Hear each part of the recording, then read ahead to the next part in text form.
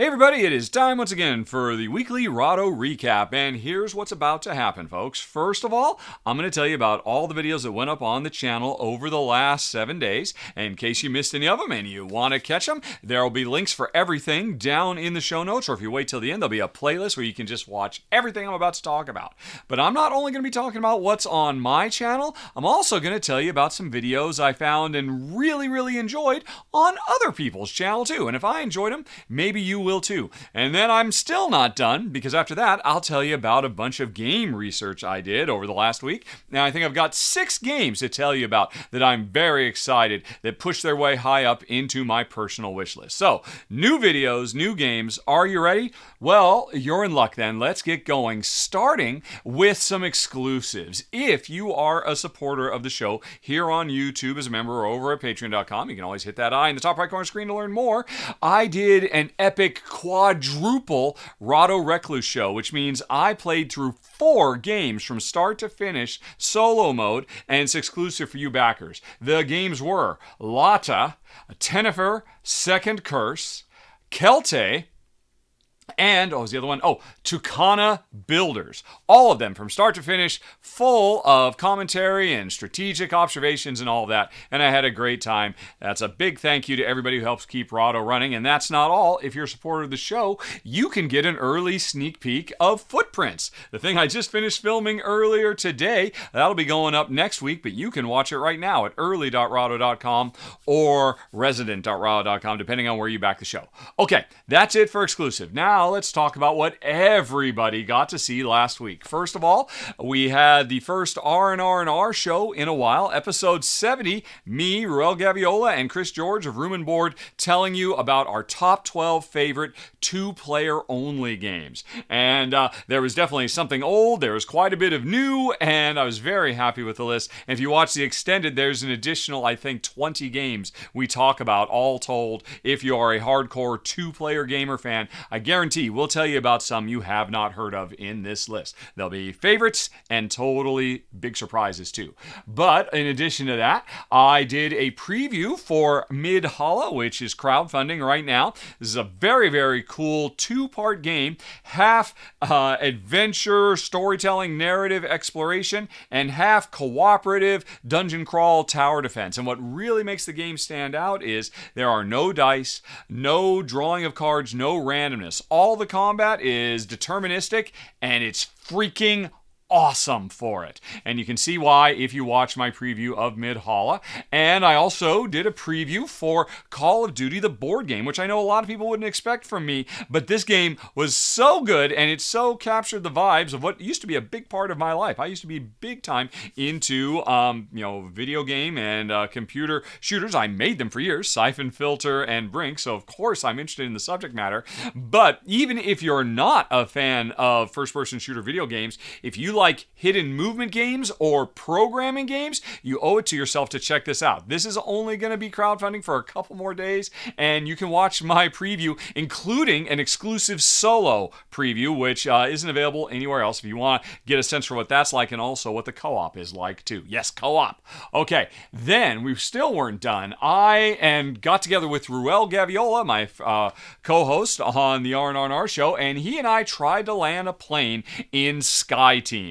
We went right to one of the toughest, most difficult airports in the game, and things went off the rails very quickly. But it was a really interesting experiment because this is an imperfect communication cooperative game, and we were able to use the internet to facilitate that. I don't think I've seen anybody else film a cooperative run-through like this ever. And I think it worked really well, and I might be doing it in the future. So check out our co-op run-through of SkyTeam. We both had a fantastic time filming it. And then I did a couple of rapid reviews. One for My Shelfie, which might make one of my wife's favorite games of the year when all is said and done. And then also Nemalia, which is an amazing little hidden gem. So I just did a couple, sub 5-minute long mini reviews of both of those.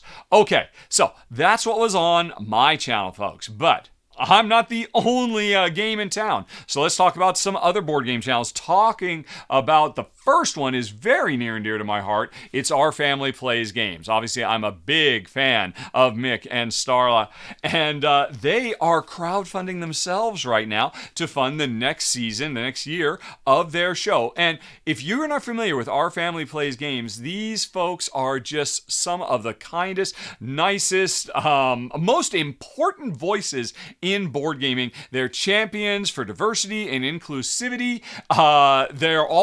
They do two really great regular shows. It's kind of a weekly wrap up and top 10s and all kinds of things. They're trying to boost voices that you don't normally hear. And then on top of that, they do a lot of really good board game coverage too, previews and whatnot. And they're starting to bring on additional folks to do coverage of games as well on their channel. So they are growing. They need your help. The industry needs more voices like Mick and Starla, and you can make a difference. Like I said, they're crowdfunding right now. Link down in the show notes, folks. Also, I gotta say, I have been a fan of Roll for Crit, a YouTube channel for quite a while. They do nice previews and videos and stuff, but actually the thing that I love most is Will's usually weekly or bi-weekly news show. There's a lot of people that do board game news, regular shows on the channel, but most of the time the news shows are just, hey, here's all the new games, and I've got nothing wrong with that because I'm doing it myself in this very show. But I really appreciate that Will spends more time talking about the actual industry news of the board game industry. And coming right out of Gen Con, he's got probably the best wrap-up summary of all the latest news that's going on. And there's a lot of stuff going on right now. Will does an amazing job. Once you watch one, you'll probably want to subscribe to keep abreast of what's going on in the industry. That's Roll with Crit. Let's see, what else did we have? I did not see this one coming. Totally Tabled, Shaggy here, did a very, very cool simple video where he had one of these containers that is you're supposed to put family photos in, but instead he converted it into a super portable little briefcase to carry 16 games.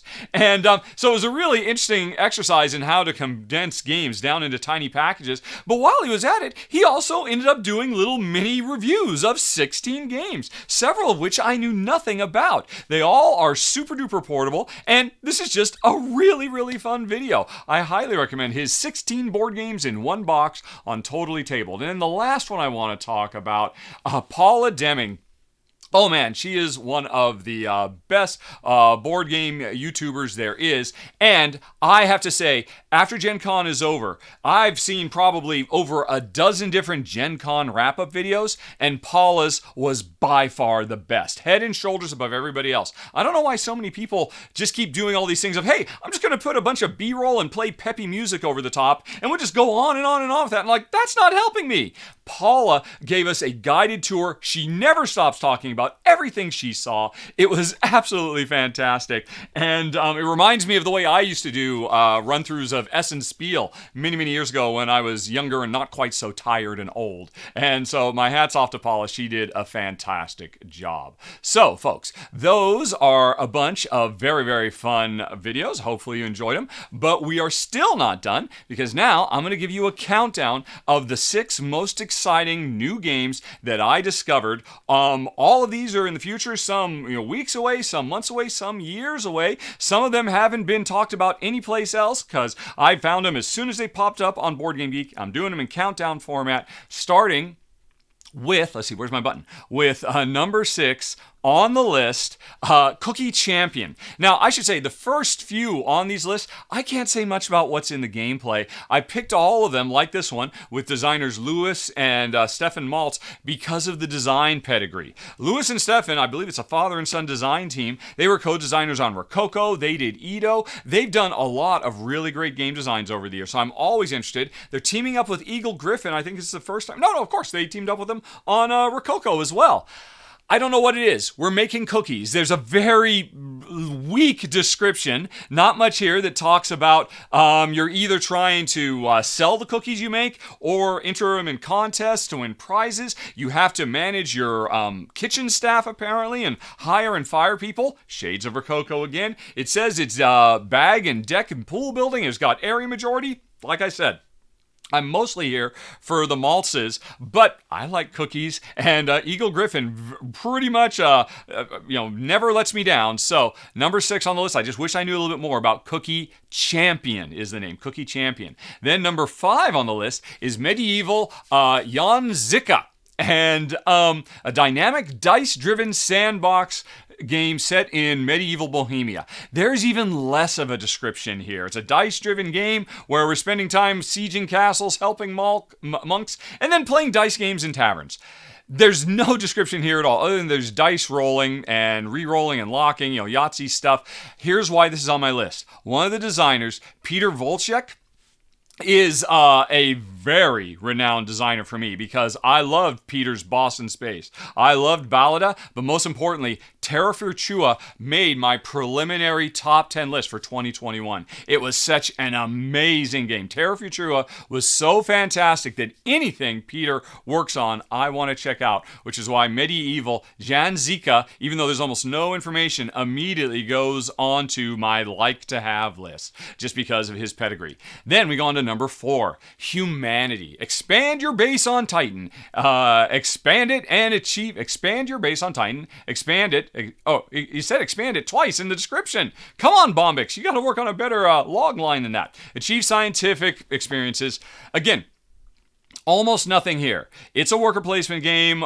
There's a thing about, it sounds interesting, where if you send your workers, I guess your scientists, astronauts, deeper in the facility to get more stuff, it takes more time to get back out so they can do the work. I don't know what that means exactly. There's very little information. There's not really the images. The reason people are interested in this, though, is because, as pointed out down here, it is from the designer of the Turing Machine, which was a big deal, Johan Levitt. That's not why I'm interested. Turing Machine is neat. That's not what I care about. Johan Levitt is also the designer of one of the greatest worker placement games of all time, Myrmes. And if he's going back to worker placement, this I've got to see. Scientific research on the moons of Titan. Hey, or I guess Titan is the moon itself. That sounds great. Johan, like the 2 before it, I'm here because these designers have really impressed me in the past. So I expect good things from number 4, Humanity. Let's go on to number 3, House of Cats. Again, another design draw for me. Christian Osby, I have loved so many of his games over the years, but I've never seen him team up with William Attia, who is the granddaddy of worker placement. That's the designer of Kalis. And also Spirium was amazing too, another amazing worker placement game. And so the two of them are working on a roll and write game about trying to do idealized interior home layouts.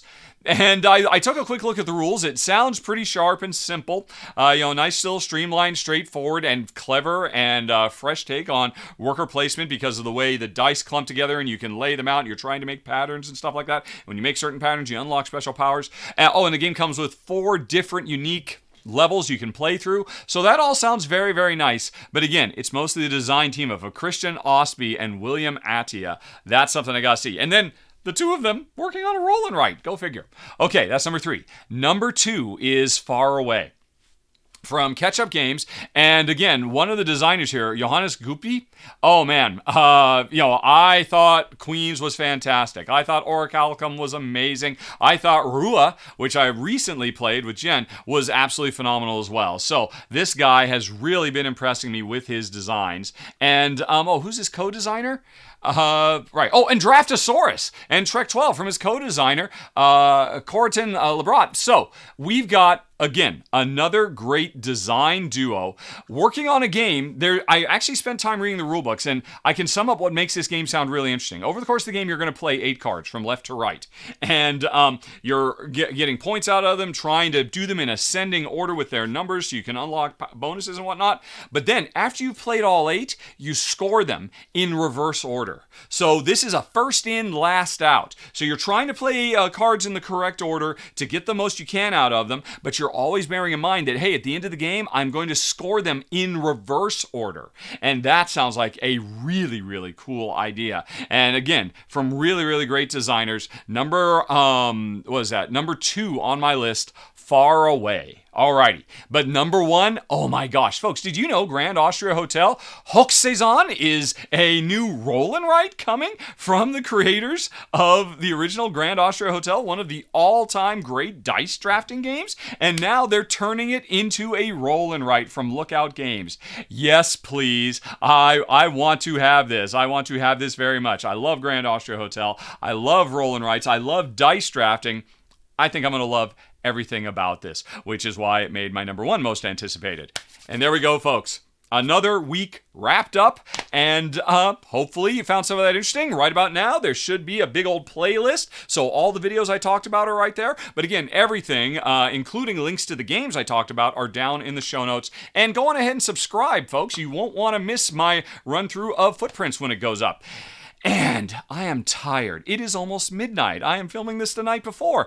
So I just got to get this edited and go to bed. Okay.